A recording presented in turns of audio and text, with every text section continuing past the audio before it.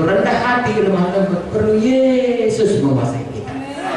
Sebagai nyanyian kita tadi, Yesus segalanya bagi kita. Haleluya. Sabar. Ya, kadang-kadang orang namanya sabar tapi dia nggak sabar. Namanya damai tapi nggak damai. Namanya sejahtera tapi tidak pernah sejahtera. Saudaraku, Yesus itu Raja Damai. Biarlah damai menguasai hati.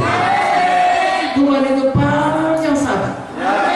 Ya, hingga dia tidak langsung saudaraku yang hukum seorang. Dia tunggu lama orang bertobat.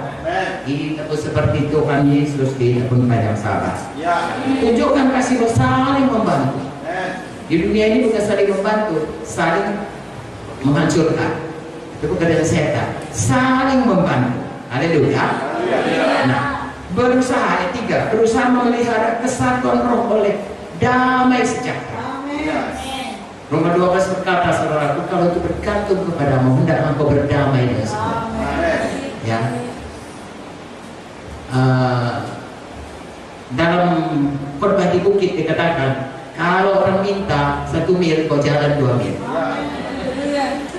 Begitulah kira-kira kita harus banyak sabar, harus selalu damai, harus selalu rendah hati, harus membuat hati. Itu harus dipraktekkan seumur hidup. Nah, kasih bukanlah kasih kalau tidak dipraktekkan. Iman bukanlah iman kalau tidak dipraktekkan. Kata David Vicky. Tidak diucapkan, tidak dipraktekkan. Kasih pun saudaraku harus diucapkan dan dipraktekkan. Hati-hati dalam Alkitab ada firman Tuhan berkata, Markus 7, orang ini menyebut mulutnya dan yang mulutnya dia berkata, ya, mengasihi Tuhan, tapi hatinya jauh daripada. Jangan begitu. Ya, kita adalah orang-orang yang punya integritas. Apa kata hati kita, itu kata mulut kita, itu perbuatan kita. Itu satu kesatuan, baik dalam tubuh Kristus, baik dalam diri kita. Ya, apa hati kita, seperti yang dikatakan ini, mulut kita pun sama, perbuatan kita pun sama. Lalu kita bisa mempermuliakan Tuhan. Kemudian di sini dikatakan satu tubuh, satu roh, sebagaimana kamu telah dipanggil, satu Tuhan, satu iman, satu Tuhan, satu Allah, Bapa dari semua, ya, satu juru selamat, Tuhan Yesus. Saudaraku, ini mudah membacanya, mudah mengkhotbahkannya, tapi seumur hidup harus belajar melakukannya. Satu perkara saudaraku, kita tahu bahwasanya hidup kita ini terus bertumbuh dalam Tuhan. Tidak usah merasa kecil hati, tapi kalau sudah tahu firman Tuhan, mulai saja. Kalau kurang sabar, mulai sabar. Kalau kurang murah hati, mulai murah hati.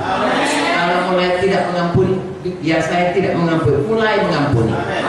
Kalau selama ini suka berpihak-pihak, mulai bersatu. Ini satu hal yang tidak bisa ditawar, ini absolut, ini harus. Kesatuan jemaat itu mutlak harus dicari, harus dikejar, harus dikerjakan. Haleluya. Nah, untuk itu Tuhan berikan ke dalam tubuh Kristus, gereja Tuhan, berbagai-bagai karunia. Mengapa? Karena sebagai tubuh ini ada berbagai-bagai fungsi, berbagai-bagai tugas yang diberikan Tuhan. Dalam berbagai-bagai itu Tuhan minta kita bersatu. Ya. Nanti saya akan terangkan sedikit saudaraku supaya saudara dapat gambaran di mana letak saudara. Ya, kalau kaki jadilah kaki, kalau tangan jadilah tangan, kalau hidung jadilah hidung, kalau hidung ditembul di sini, wah, cantik. Ya. Harus di tempatnya masing-masing. Mari kita baca dari ayat 7 sampai ayat 10 menyatakan Tuhan Yesuslah yang memberikan semua karunia itu. Kita baca saja dari ayat 11. Saya baca 11, saudara baca 12 dan seterusnya. Dan ialah Tuhan Yesuslah yang memberikan baik rasul-rasul maupun nabi-nabi, baik pemberita-pemberita Injil maupun gembala-gembala dan pengajar-pengajar.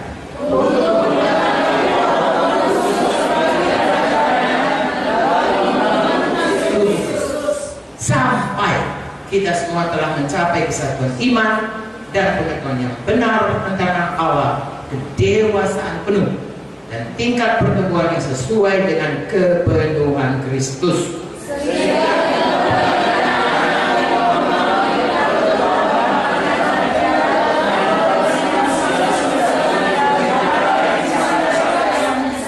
Tetapi dengan teguh kita bertumbuh di dalam segala hal ke arah Dia, Kristus, yang adalah kepala.